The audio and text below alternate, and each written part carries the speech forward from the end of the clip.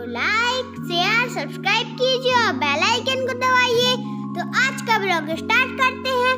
Welcome back to my channel. नमस्कार दोस्तों, कैसे हैं आप सब। आई होप कि आप सब अच्छे होंगे, खुश होंगे। और आप देख सकते हैं कि मैं पहुंच गई हूं छत पर और दोपहर का टाइम है। तो थोड़ा सा धनिया पाउडर जो है मेरा ख़त्म हो गया था, तो मैंने छत पे डाला हुआ था धनिया सूखने के लिए। तो अब इसको बीन दूंगी।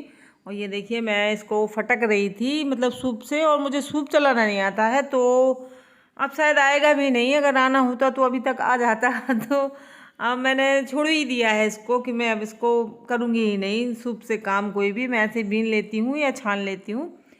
तो यहाँ पे गेहूँ भी डले हुए हैं, इनको भी साफ़ करना है। और मैं संयोग से कह रही थी कि भैया तू दिखा क्या रहा है, संयोग वीडियो बना रहा है।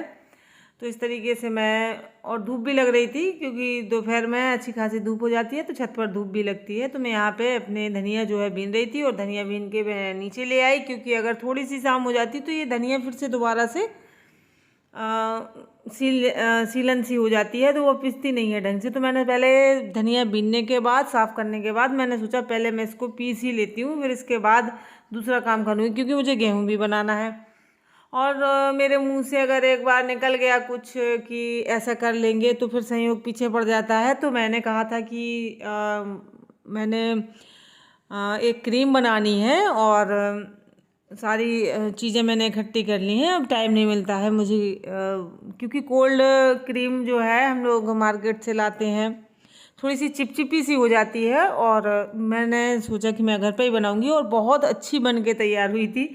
तो ये संयोग पीछे पड़ गया कि नहीं मम्मा बना लो। इसके बाद जैसे मैंने ये धनिया पीसा, तो ये दिखा रहे हैं देखो। तो घर पे पीसते हैं ना, तो थोड़ा सा इतना बिल्कुल बारीक पाउडर नहीं बनता है, जैसे वो डस्ट जैसा हो जाता है। मार्केट वाला जो डस्ट जैसा होता है मुझे बिल्कुल अच्छा नहीं लगता है। ये हल्का सा ठीक होता है, इसमें टेस्ट भी होता है। तो ये देखिए, मैंने सारा सामान लगा लिया है, और मैं बनाऊंगी क्रीम। तो ये संयोग पीछे पड़ जाता है। मैं मेरा गेहूँ बीनना बाकी था, और ये बैठ गया था कि नहीं मम्मा पहले क्रीम बनाओ।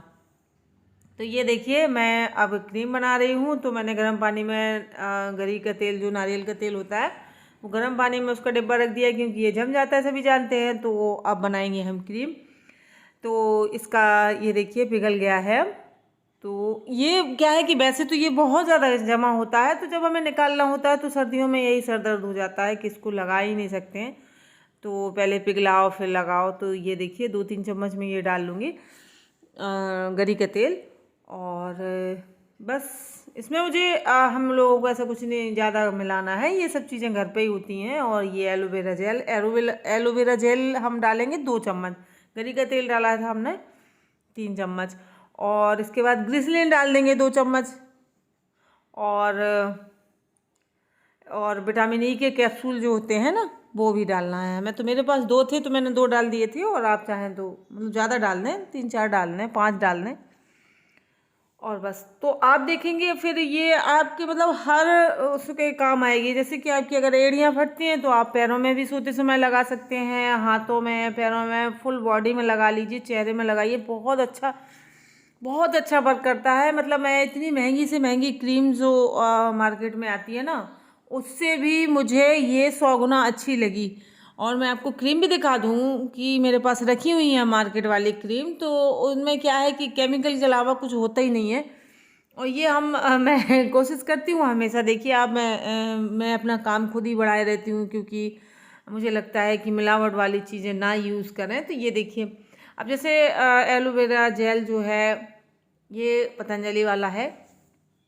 और अगर मतलब जैसे ये वाली क्रीम है, अगर हम फ्रेश एलोवेरा डालते हैं, जैसे कि हम जो लगा के रखते हैं, तो वो डालते हैं अगर हम इस क्रीम में, तो उसमें क्या होता है कि कुछ दिनों ही ऐसे हम इस्तेमाल कर सकते हैं, जैसे कि 1 आध हफ्ता या ऐसे करके बना के रख लें। और अगर आप ये वाला डालते हैं, तो ये काफ़ी दिनों के लिए हो जाता है। मतलब इसमें फिर ख़राब होने का डर नहीं होता है।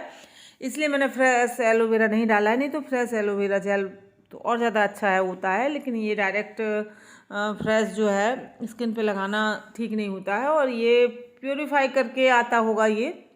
तो आप देख सकते हैं क्रीम की जो कितनी अच्छी बन के रेडी होगी। अभी देखना, ये मिक्स करते करते बहुत अच्छी बन जाएगी। और आप देख सकते हैं संयोग को, देखिए अब ये बन के रेडी हो गई और अब ये ऐसी ही रहेगी, मतलब ये जमेगी नहीं। नारियल के तेल में यही होता है कि वो जम जाता है तो हम यूज़ नहीं कर पाते हैं। तो ये देखिए अब ये ऐसी रहेगी। आप चेहरे में लगाइए, हाथों में लगाइए, फुल बॉडी में लगाइए, वॉशरूम में रख लेते हैं तो सही रहता है। इन दिनों थोड़ा सा स्किन की प्रॉब्लम हो ही जाती है, तो महंगी से महंगी क्रीमें भी इसके आगे फेल होती हैं। और अब जिसको, कुछ लोगों को बगैर पैसा, अगर उनका ज़्यादा पैसा खर्च नहीं होता है ना तो उनको लगता है ये बेकार चीज़ है, और कुछ लोगों का ऐसा मानना होता है। और जब उनका ज़्यादा पैसा लग जाता है तो उन्हें लगता है हाँ ये अच्छी चीज़ है क्योंकि ये महंगी आई है। तो ऐसी सोच मेरी नहीं है। और ये देखिए फिर इसके बाद मैं फिर छत पर आई और मैंने ये बनाया क्योंकि मुझे भेजना था और मुझे तेल भी निकलवाना था। तो राई मैंने पहले ही नीचे बना के रख दी थी, तो वो बोरी भरी हुई रखी है, मैंने शायद बनाया नहीं है वीडियो। और इसके बाद हम ये गेहूँ साफ़ कर लेंगे। तो देखिए मैं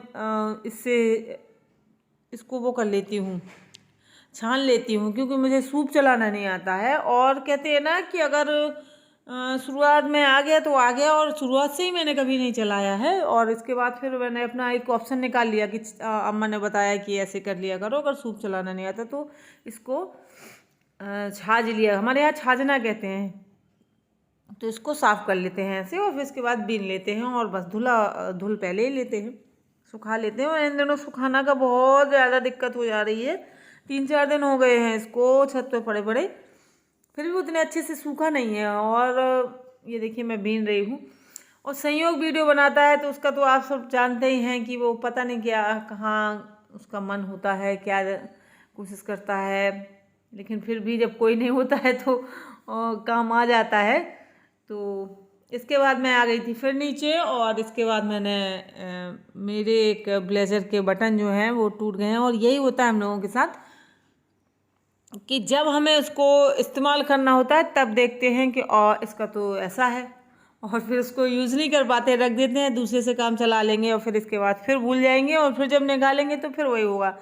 तो ये पिछली साल की सर्दियों से इसका यही हाल था। ये पिछली साल सर्दियों में भी ऐसे ही लटके हुए बटन थे, तो काम चलाते रहे, मतलब जब भी पहना हुआ पहन लिया, देखा लटके हैं, चलो काम चल जाएगा, हटाओ, और पहन लिया। अब इस बार क्या है, अब मैंने सोचा कि आज मैं इसको, क्योंकि मैंने संयोग का सिला था, अभी संयोग इन बच्चों का तो होता ही है, उनके ब्लेजर के रोज़ ही बटन टूटते हैं, उनका यूनिफॉर्म का होता है तो उनका तो कर देते हैं तुरंत ही। तो मैंने इसके पहले संयोग का किया, फिर इसके बाद इसी कलर का उसमें धागा था सुई में, तो सोचा कि चलो मैंने फिर इसको निकाल के और ठीक किया, क्योंकि मैं अगर इसको आज ठीक नहीं करती ना तो इस सर्दियों फिर भी ये ऐसे ही पड़ा रहता। और इसके बटन जो हैं जब पहनने के लिए देखते हैं ना तो बटन नहीं होते हैं, तो फिर रख देते हैं, तो ऐसा हो जाता है मेरे साथ। तो बस हमारा ये तैयार हो गया है और हमने ब्रेक का बटन भी लगा लिया है। तो आज मैंने ये जो काम किया है ना, तो ये बहुत ही ज़रूरी काम कर लिया है, नहीं तो मैं 2 साल से इसको ऐसे ही पड़ा हुआ था ये। तो आज का वीडियो आप लोगों को कैसा लगा ज़रूर बताएं कमेंट में, और अगर अच्छा लगा हो तो लाइक कर दें, देखिए सब्सक्राइब कर लें चैनल को, नए जो भी आते हैं देखने वाले, जैसे कभी धोखे धंधे में मेरे वीडियो में आ जाएं तो सब्सक्राइब कर लें, और लाइक का बटन दबा के थोड़ा सा मुझे ही खुशी दे दें। और इसके बाद मैं क्या कह सकती हूँ आप लोगों से, भाई देखिए आपकी अपनी चॉइस है, किसको किसका वीडियो अच्छा लगता है, किसका नहीं लगता है, इसमें हमारा कोई बस नहीं होता है, हमारा तो वो नहीं होता है।